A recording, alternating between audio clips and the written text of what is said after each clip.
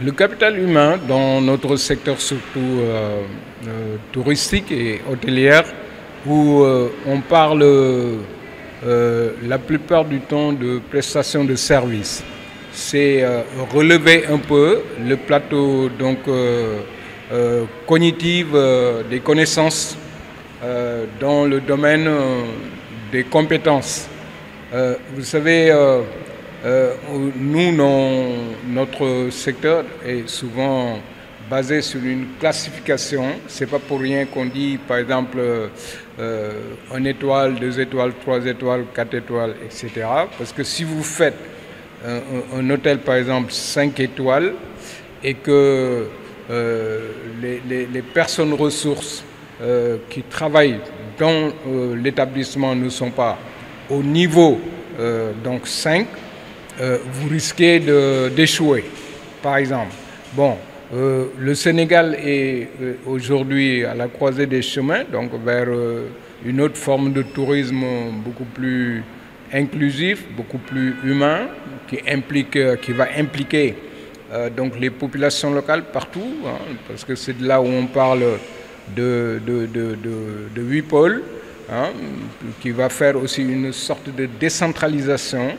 Donc si des hôtels vont par exemple à Mbirkilan, un exemple, et qu'à Mbirkilan on n'a pas formé les personnes ressources qui sont là-bas, je crois que là aussi on sera voué à l'échec. Donc c'est dès à présent qu'on doit commencer à parler des compétences humaines pour pouvoir assurer la bonne prestation. Bon, c'est d'ailleurs pour cette raison qu'ici, vous et moi, M. Diouf, on a ouvert le PITS pour prendre un peu de l'avant, former par exemple les étudiants qui sortent des universités parce qu'ils manquent de la pratique. À l'université, ils ne sont pas en contact avec donc, ces pratiques d'hôtellerie.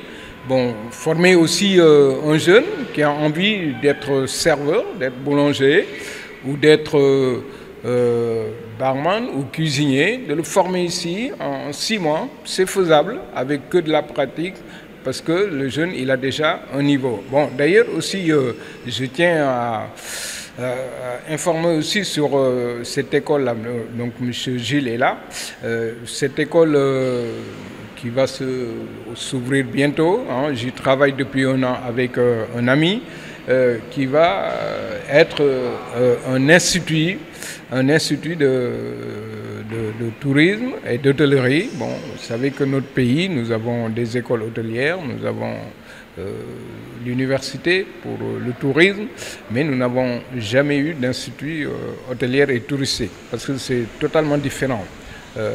L'apprentissage se fait à bas âge, en parallèle, avec des cours traditionnels. Et voilà, le jeune a l'ADN déjà du secteur dès le bas âge. Hein, c'est ça, ça veut dire. Donc nous y travaillons. Tout ça maintenant, c'est une vision globale et futuriste justement pour le plateau de capital humain que le Sénégal doit posséder demain. Bon, nous sommes un pays, on parle de pétrole, de gaz. Vous savez que la Grande Côte de Kayar jusqu'à Saint-Louis, toutes les ressources minières et hydrocarbures sont concentrées là-bas. Demain, il va falloir des infrastructures de haut niveau, de haut de gamme, hein, pour pouvoir aller en parallèle avec ce développement-là. En termes de perspective, moi je pense qu'il faut aller déjà dans le sens d'un tourisme durable. Hein. Bon, donc vous savez, hein, quand vous tenez compte de l'environnement que vous entretenez, vous tenez compte des personnes ressources et vous tenez compte de la qualité de prestation et de management que vous devez faire dans les établissements touristiques, forcément vous êtes déjà dans la pente de la durabilité et vous êtes aussi dans la pente du développement des localités. Bon, en fait, et je pense que en travaillant sur cette axe avec, comme ça a été dit dans le référentiel 2050, en travaillant sur cet axe de dire, bon, on va développer les 8 pôles, donc une sorte de transfert donc des compétences, on va l'appeler comme ça. Bon, je pense que déjà c'est une perspective, hein. Et les jeunes aujourd'hui, ils ont beaucoup de chance, hein, d'avoir. Nous, on n'avait pas cette chance. Ils ont la chance d'avoir un président jeune, le président Bassirou Diomaye Diakhar Faye, et puis ils ont un premier ministre jeune. Bon, voilà, et qui sont là avec qui mènent aujourd'hui déjà à une politique de rupture et d'initier, d'innover vers d'autres horizons de développement beaucoup plus souverains. Bon, vous savez, hein, dans le tourisme et l'hôtellerie, le mentorat et le tutorat, ça se fait dans tous les pays du monde.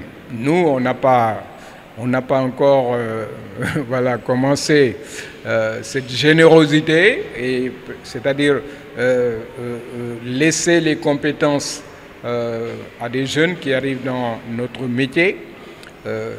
Bon, alors, l'autre jour, je crois que c'était en votre présence, M. Ndiaye, ça fait même pas un an, on avait dit à l'université IPT de Thiès, parce qu'ils se sont plaints. Après le diplôme, bon, ils ne connaissent pas l'environnement hôtelier, ils ont du mal à trouver des stages, ils ont aussi du mal à être insérés.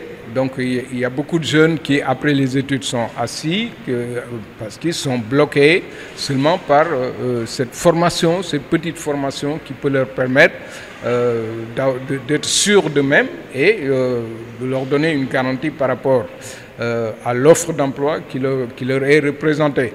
Alors c'est là où je dis, d'ailleurs, l'idée qui est venue entre toi et moi, qu'on a donc installé cet outil-là, vous avez vu l'espace que nous avons ici, et qui fait que le PITS, le pôle d'intégration du tourisme sénégalais, son objectif principal surtout sera ça, l'insertion des jeunes et les accompagner dans un système de tutorat, mentorat, pour que au moins les appuyer de ce qu'on peut. Hein? Bon, je pense c'est avec la volonté, comme bon, ici M. Ndiaye, qui a repris les rênes de ONITS, que ce soit vous et moi, nous étions toujours dans la pente de co-développement. Hein, donc en unissant maintenant nos efforts, tous les trois, nous y arrivons. Et puis je crois que vous avez livré les premières attestations il y a une semaine là, et bravo, et chapeau, et on y va. De mon point de vue, hein, ce dialogue était prévisible. Il était prévisible et devait se faire. Pourquoi? Parce que nous avons eu un pays, on va dire depuis une dizaine d'années, voilà, qui est en déconfiture complet en matière d'organisation des partis politiques ou des mouvements politiques. Bon.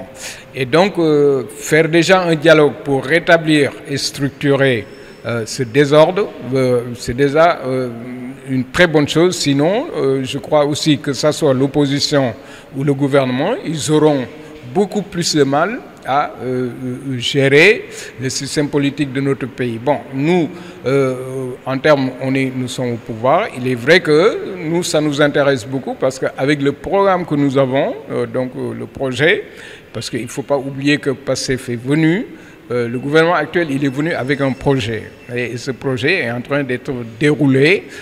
Et donc, forcément, il faut le faire dans la bonne concorde, dans la paix, et parce que nous sommes tous des Sénégalais. Si ça réussit, ce n'est pas seulement pour Moussa, Samba, Jean ou quelqu'un d'autre, c'est pour tout le Sénégal et c'est pour aussi l'avenir, la génération future. Et donc, c'est un intérêt. Bon, moi, si je serais, la question que vous me dites, si je serais dans le dialogue, qu'est-ce que je vais dire? Bon, d'abord, je vais féliciter les initiateurs du dialogue, hein, et ensuite, je vais aussi donner des conseils dans mon secteur que de continuer. Moi, je me suis toujours battu pour le transfert des compétences donc, du tourisme dans notre pays, parce que c'est notre premier frein, que ça soit centralisé. Donner des moyens, vous allez voir que si ça se développe et qu'on transfère les compétences et que on voit par quel système on va essayer au moins de récupérer la valeur ajoutée qui est créée en dehors de notre économie nationale, c'est-à-dire dans les marchés émetteurs. Bon, je crois qu'il y a des pays qui l'ont réussi comme le Maroc. Et enfin, mettre un focus maintenant sur tous ces jeunes-là qui choisissent d'être des acteurs du développement touristique et hôtelier, parce qu'il le faut. Il le faut parce que dès l'instant qu'on part dans une autre dimension, une autre pente de décentralisation, et c'est une logique d'ailleurs, et dès l'instant qu'on va dans le tourisme, par exemple de l'hydrocarbure, on va dire, hein, carrément. Bon, et puis créer l'innovation, par exemple le tourisme gérontologique, par exemple, tous ces produits-là, on n'en a pas jamais parlé. Le tourisme sportif, bon, nous, Sénégal, aujourd'hui, forcément, nous allons vers ce développement, ce genre de développement. Et donc, il faut préparer la jeunesse justement pour faire face. Merci beaucoup.